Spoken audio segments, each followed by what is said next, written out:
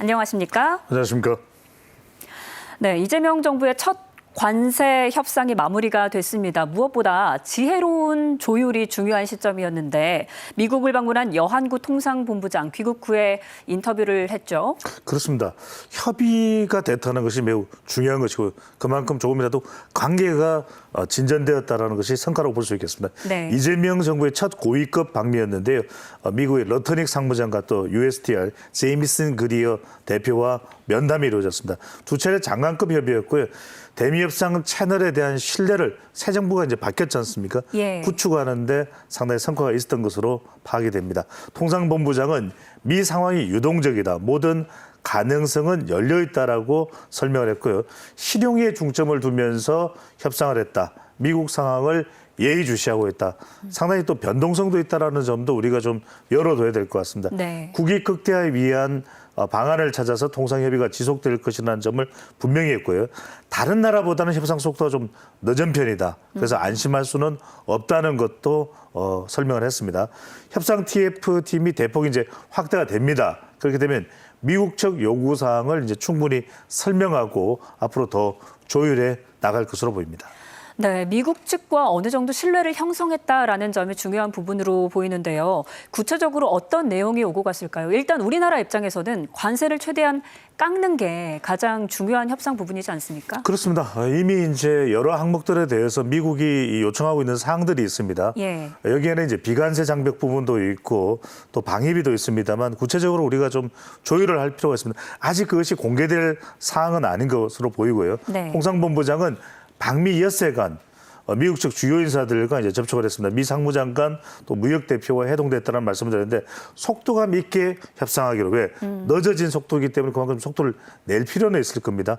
첫 고위급 회담으로 면담으로 상호 관세, 자동차 등 품목 관세의 면제를 요청을 한 상태입니다. 우리는 한미 FTA가 있고 또 자동차와 관련해서도 여러 차례 미국과의 어떤 조율이 되고 있는 부분이기 때문에 이 부분에 대해서 이제 요청을 한 사항인데 통상본부장은 미국 제조업 르네상스의 파트너십 기임을 강조하고 있습니다. 네. 왜냐하면 우리가 또 현지의 자동차 공장도 또 더 늘려서 또 확장이 되고 있죠. 또 현대제철도 진출을 하죠. 이런 부분들을 이제 강조하는 겁니다. 예. 우리가 미국 현지에 투자하고 있는 만큼 이 파트너십이 된다. 그러면 좀 이런 부분들을 좀 감안해 줄 필요가 있는 것 아니냐라는 얘기를 하고 있는 것이고 우리에게 또 무기가 있습니다. 바로 조선이죠. 네. 또 원자력 등 협력 제안에 미국도 크게 호응을 하고 있습니다. 또 하나 우리의 강력한 무기가 바로 미국의 알래스카 프로젝트에 대한 큰 관심이다. 일본과 한국이 참여를 했으면 좋겠다라는 트럼프 대통령의 미국 의회 연설도 있었는데 우리 참여를 또 강력하게 기대를 하고 있습니다. 이 부분이 우리에게는 관세를 좀 낮출 수 있는 무기가 될 수 있는 부분이고요. IRA 바로 인플레이션 감축 법안인데 이게 이제 그동안 우리가 2차 전지대에서 또 전기 자동차에 대해서 지원을 받아왔던 부분이거든요. 예. 여기에 대해서 주요 상하원 의원들을 만나서 계속 좀 돼야 된다. 이래야 우리가 원활하게 미국에 또 수출을 할 수 있는 거 아니냐는 부분도 설명을 했고요. 한국 기업에 어려움이 없도록 미국 측에 협조를 좀 요청하는 그런 기회가 된 것으로 보입니다. 네. 그런가 하면 트럼프 대통령이 요청한 통보했던 상호관세 유예 시한은 9일 앞으로 다가왔습니다. 트럼프 대통령이 이런 이야기를 했더라고요. 각국의 관세율을 정해서 통보하겠다라고 했는데 어떻게 보십니까? 그렇죠. 미뤄질 것이라는 예상도 있었습니다만 아직까지는 모릅니다. 그런데 예. 미국에서의 반응은 통보를 하겠다는 겁니다. 트럼프 대통령이 미국 기업에 디지털세를 매기는 캐나다와 무역협상을 중단했습니다. 캐나다 이러지 마 하고 이제 엄포를 놓는 것인데 다음 달 8일 상호관세 유예 기간이 이제 만료가 됩니다. 협상을 하다가 또 다 통보를 했죠. 각 국가별로 일본에 대해서는 24%, 한국에 대해서는 25%. 근데 이 부분을 7월 8일까지 이제 유효를 했는데 만료가 되면은 각국의 이제 관세율을 통보를 할 것으로 예상이 되는데 그래도 시간이 없었기 때문에 좀 미뤄질 것 아니냐라고 생각을 했는데 트럼프 대통령 관세 임의 설정 후에 통보를 하겠다. 열흘 내에 사안을 발송하겠다. 그 이야기는 미국의 주도대로 한번 좀 지르겠다. 이런 의미도 담겨 있습니다. 트럼프 대통령은 200개 국가와의 협상은 어렵다. 관세율을 통보할 예정이다. 물론 이제 가까운 우방 국가와는 한 19개 국가는 계속 협상을 해왔습니다. 근데 이 부분도 이제 협상이 완전하게 타결되지는 않은 것이죠. 영국과는 됐습니다.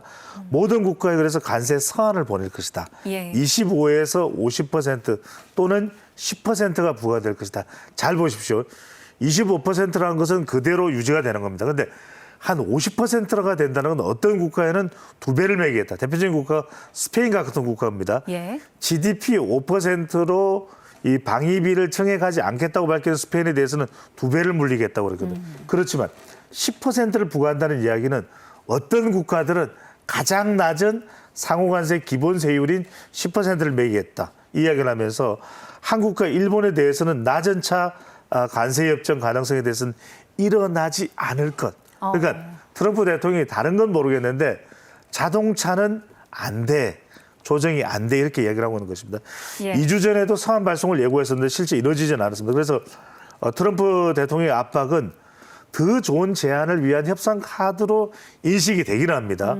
조금 기다려볼 필요는 있습니다만 이런 협상 카드로서 어떤 부분을 우리가 준비해야 될지도 만전을 기할 필요가 있을 것으로 보입니다. 네, 아니면 일부 국가만 콕 집어서 관세 유예를 연장해 줄 가능성도 있지 않습니까? 그렇습니다. 여러 가지 시나리오가 나오고 있습니다. 방금 전에 차인크께서 말씀하셨던 대로 7월 8일 상호관세 유예가 만료됩니다만 연장 가능성과 협상 압박이 병행되고 있습니다. 예. 아시다시피 트럼프 대통령은 여러 생각들이 많습니다. 어떤 나라는 확 깎아줄 수도 있고 어떤 나라는 좀 유예를 해줄 수도 있고 연장해 줄 수도 있고 어떤 나라는 확 2배 정도 더 물릴 수도 있기 때문에 알 수가 없습니다.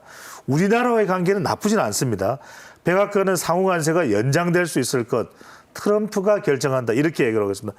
러터닉 베센트 그러니까 상무장관 재무장관도 1순위가 아닙니다. 1순위는 트럼프 대통령입니다.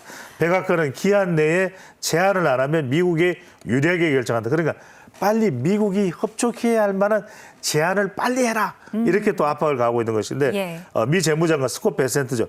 가장 합리적인 인물로 또 정평이 나 있습니다.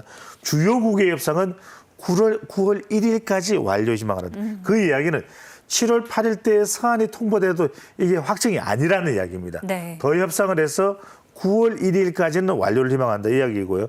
트럼프는 열흘 내에 관세율 서한을 발송할 것이다. 압박 메시지죠. 상호관세에 유예될 수 있는 연장 가능성도 있습니다. 왜? 주가가 갑자기 흔들린다든지 네. 또 미국 내에서 인플레이션 우려가 있든지 이러면 그런 이야기를 듣고 있다가 애플 휴대폰 또 삼성 갤럭시 휴대폰 가격이 올라가요. 아 그래? 그러면 안 되지. 네. 이러면서 또 되돌이킬 가능성은 있습니다.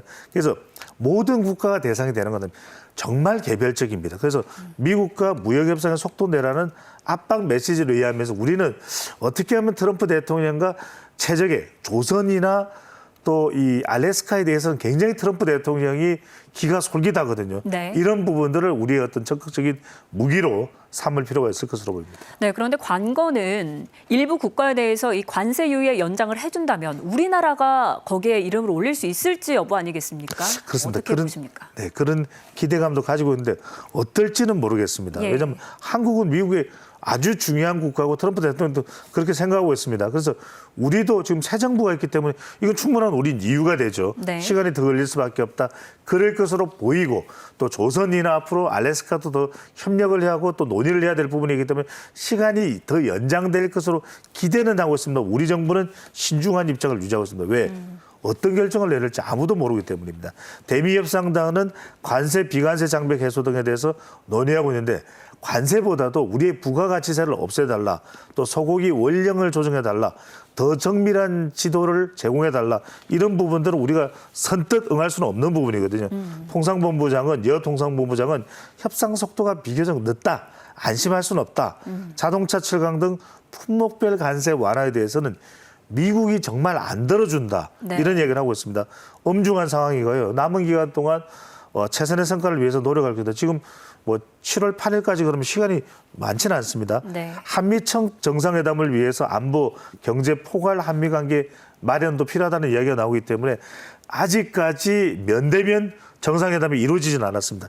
이게 상당히 중요할 것으로 보입니다. 예. 이재명 대통령과 트럼프 대통령의 협상을 통해서 상당히 우리가 예상하지 못한 또 긍정적인 타결이 이루어질 수 있거든요. 또 정상회담 전에 상호관세 유예 유지가 더 필요해서 드라마틱한 장면이 이 정상회담 때 나와야 되기 때문에 미국의 최종 결정에 주목을 하고 있는 상황입니다. 네, 과연 어떤 결과가 나올지 지켜보도록 하겠습니다.